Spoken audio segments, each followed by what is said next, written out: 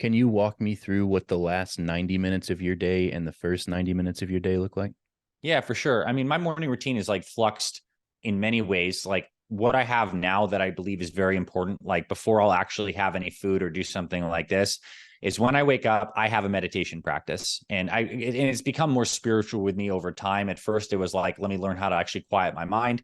And then, without going down a rabbit hole here, I ended up finding a relationship with God through this practice. So that was very powerful for me. So I sit in a particular place in my house, and I'm able to get very quiet and connect with the stuff that I believe are like my deep spiritual values. So I'll meditate, and how long that is, man, some days it's short as 5 minutes. Some days, if I have the time, it could be longer than 30 minutes, up to an hour. But there's some amount of this. It's just the fact that that box is checked, that I have some kind of peaceful, quiet time. And I do that before I put any food into my system.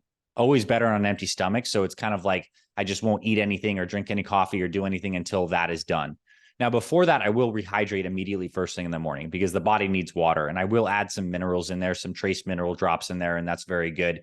And then the other thing I focus on the morning now, because I understand how fundamental it is getting some sunshine. So I have a little cold plunge at my house because I know how good it is for the nervous system. So I'll get in my cold plunge for 3 minutes, and then I'll get out of the cold plunge and warm up in the sun and get some sunshine in my eyes. So if I've meditated, hydrated, and then gotten in the cold, which I guess is a form of like some light exercise or activity early in the day, my box is checked. Now, before I had the cold plunge, I would still meditate and hydrate, but I would go outside and take a walk and ideally get some sun on my skin and in my eyes to kind of kickstart this good system. And just to like walking outside is so overlooked when it comes to health because you're obviously light cardiovascular activity is good. It calms you down and chills you out when you're in nature. You tend to shift into a parasympathetic mode and you learn to practice to breathe through your nose, which is really good for nitric oxide and circulation. So doing some kind of early movement outside plus a meditation prayer practice plus hydration is how my day starts.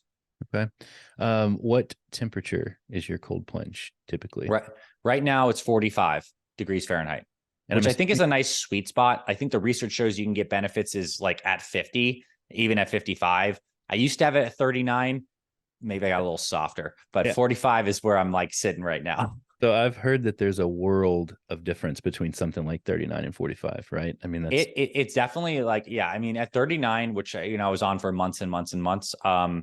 It's, yeah, it's more jarring. It's definitely more shocking. 45, if you've been a 39 guy and you go to 45, you're on easy mode right now. So I'm a little on easy mode.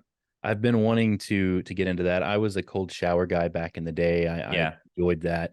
And I'm in Texas, so there's really not even during the summer months. Yeah. You don't have cold shower really. Yeah, that's not a thing.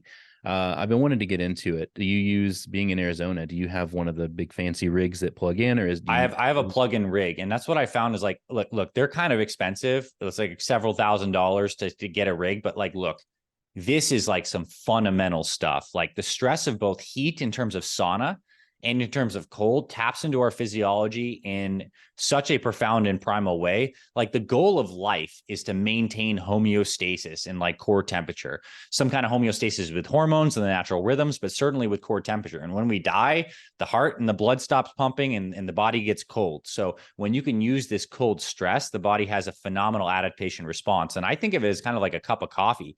Like the research literally shows you get into cold plunge for like 3 to 5 minutes at even 50 degrees Fahrenheit, you get a 250% increase in dopamine.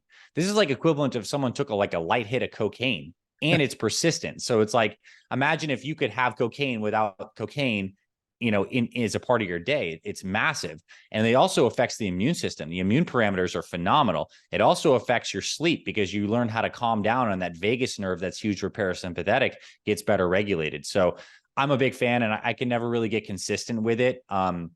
Until I had a setup at my house. So I got a setup at my house, and the cold shower is good too, but it's just not as profound for the body. And the other cool thing, because a lot of guys on TRT are interested in like looking better and physiologic changes, the cold exposure shifts a good percentage of your white fat, which is the regular fat we carry, into that brown fat, that metabolically active fat. And brown fat is like the fat that burns fat. It just basically turns calories into heat and you get more brown fat. So you kind of like just stay leaner. I found that like I was already like a pretty lean guy. But when I started cold plunging daily without changing anything else, like I dropped a few percentages of body fat, and it's a wonderful thing to do in the morning or pre-workout.